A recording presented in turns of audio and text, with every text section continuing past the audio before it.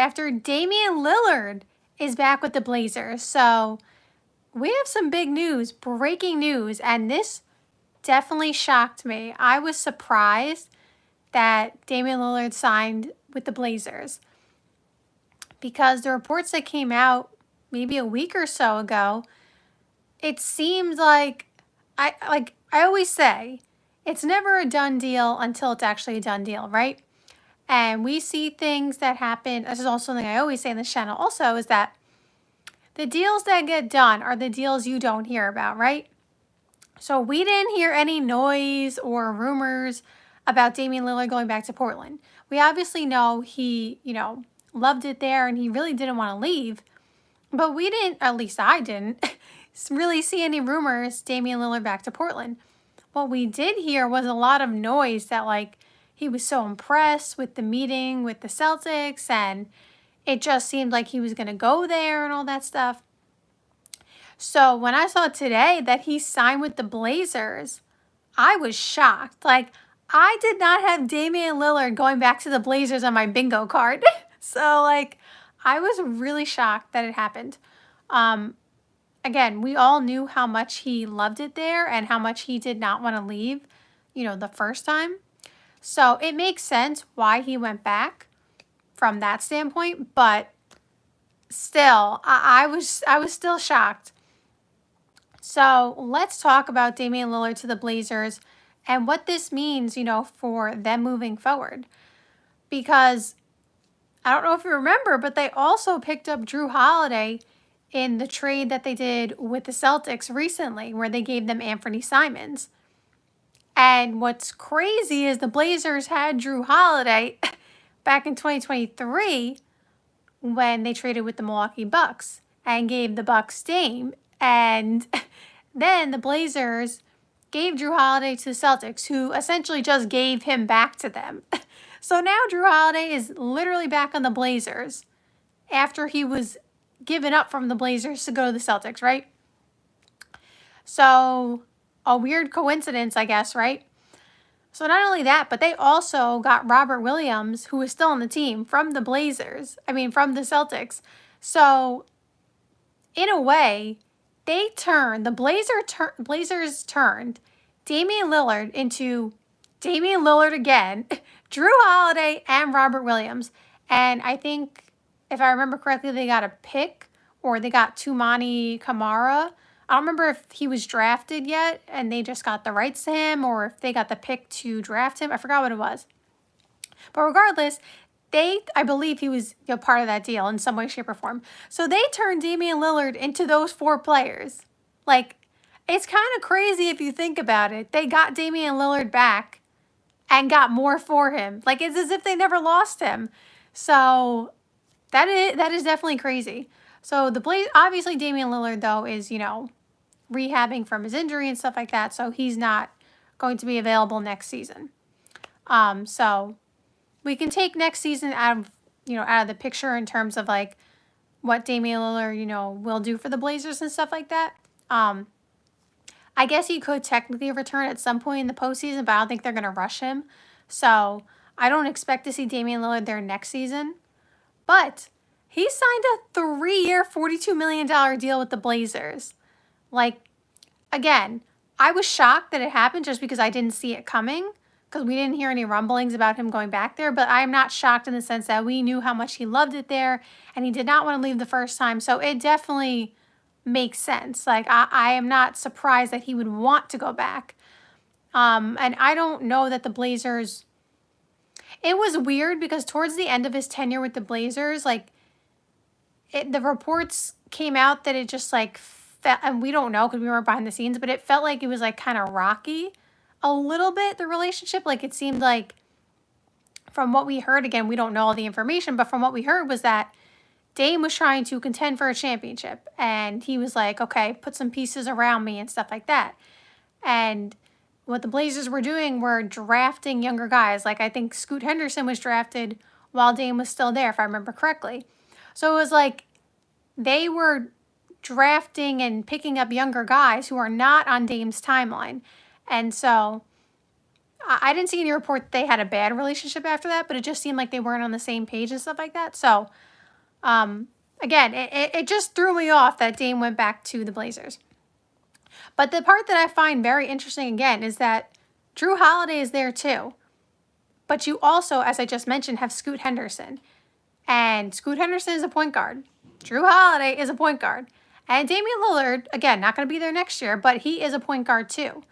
So I know that the, I guess, inkling is that the Blazers are trying to become more of a contender now, although obviously, you know, people aren't going to pick them to win the championship next year, but they're trying to build more of a win now team. Fair enough.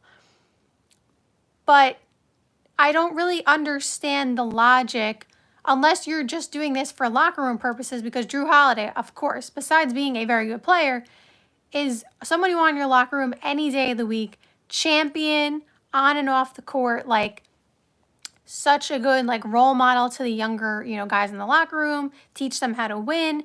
And again, he could still play and one of the best defenders, you know, in the league. So from that standpoint, I totally get it. Like I understood why the Celtics traded him because of the money purposes, and obviously because Jason Tatum was hurt, they were even more strapped for cash, because it's not even like they could be like, well, we'll win the title next year if we keep the team together. So I understood the financial aspect as to why the Celtics traded him. At the same time, though, I'm like, my question still is, even, you know, my question was when they traded him, and it still is now, is that when Jason Tatum does come back, and they traded Porzingis too, when he does come back, they are hoping to be a championship contender that year that he comes back. And so my question is, when he does come back, are they going to be able to build a championship roster? And I don't know what the answer is. Like, yes, they have Derek White and Jaylen Brown and stuff like that, but like, are they going to be able, because honestly, they got Jrue Holiday on a steal, because again, he was traded to the Blazers for Damian Lillard. Like, the Bucks wanted Dame because Giannis wanted Dame. So the Blazers, not that they were just going to take anything for Jrue Holiday, but like, they weren't planning on getting Jrue Holiday. At least I don't think they were, right? So like, in their minds, like, making a trade with the Celtics was a good deal for them regardless, because they were getting assets back, which they weren't going to get if they didn't have Jrue Holiday to begin with. So like, it was a win-win for the Blazers no matter what.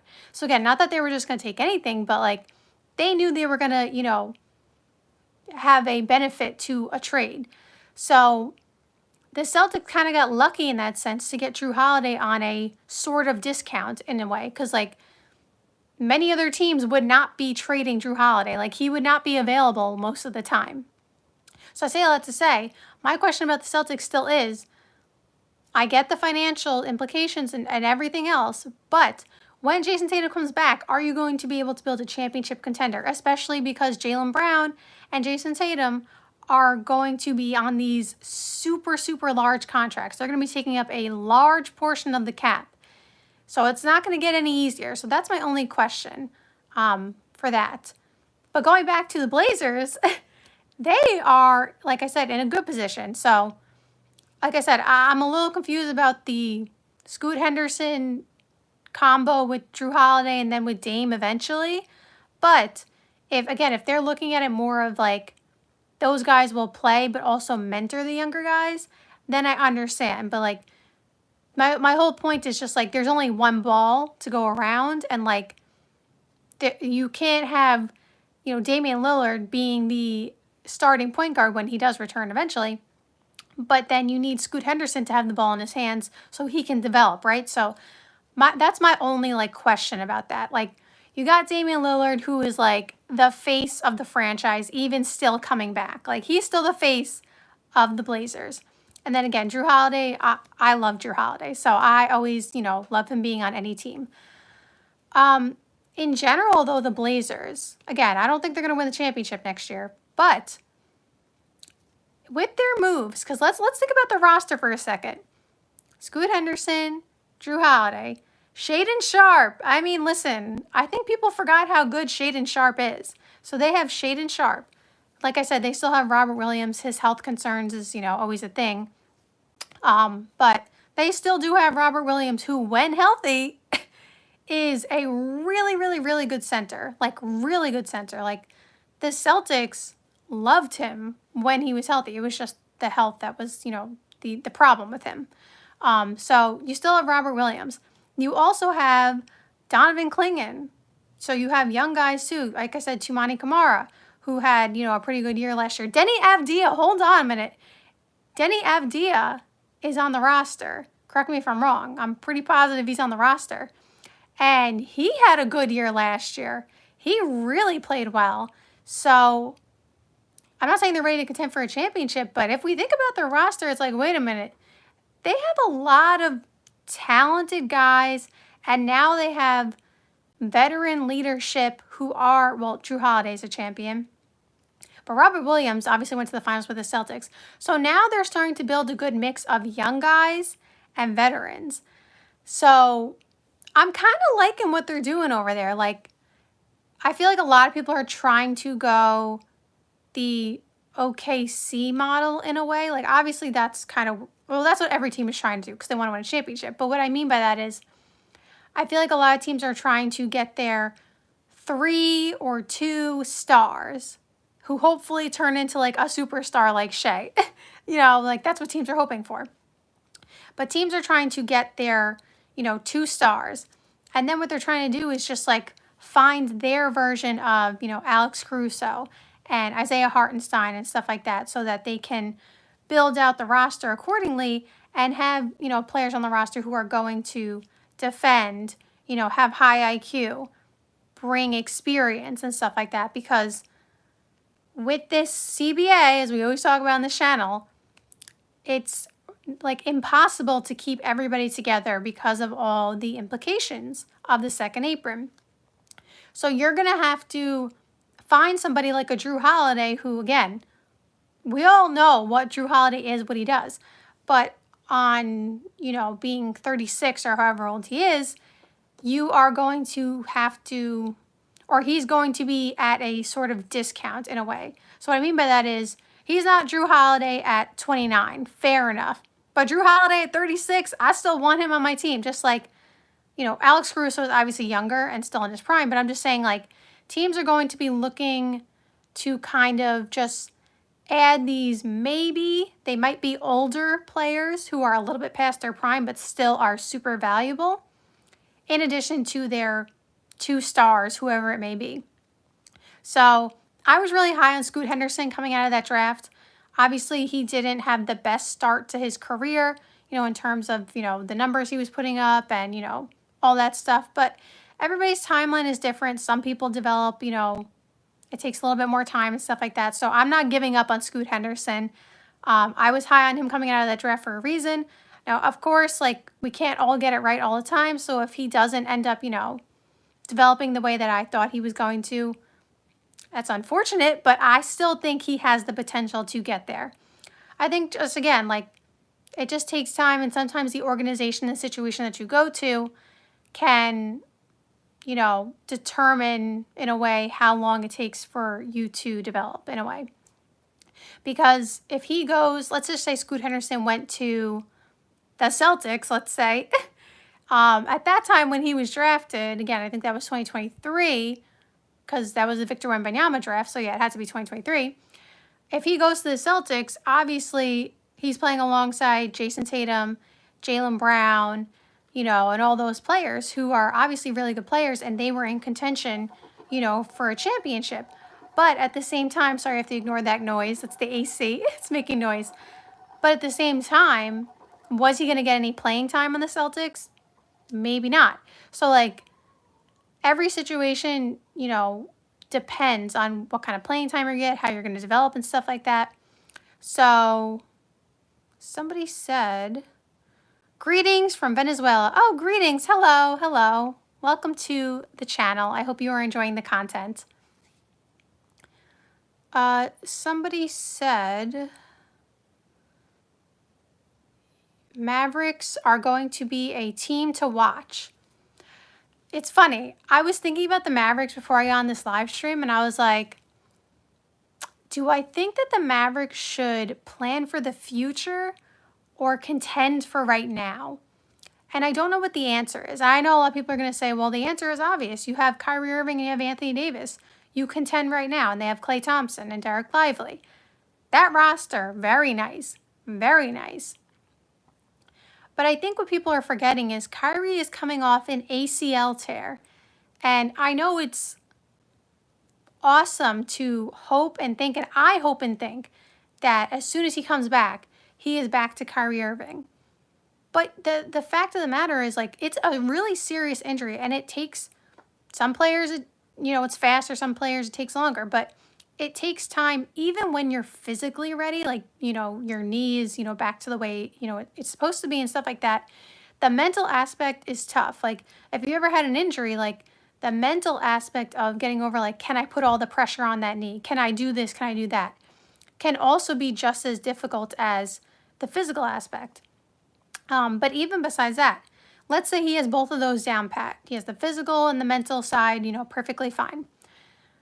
Still, it's not just about getting, back to being able to run again. Like, being in NBA shape, and especially the way that Kyrie Irving, his handles and stuff like that, he needs to be able to have the lateral quickness and all these things that, are very important to his game. So that might take time.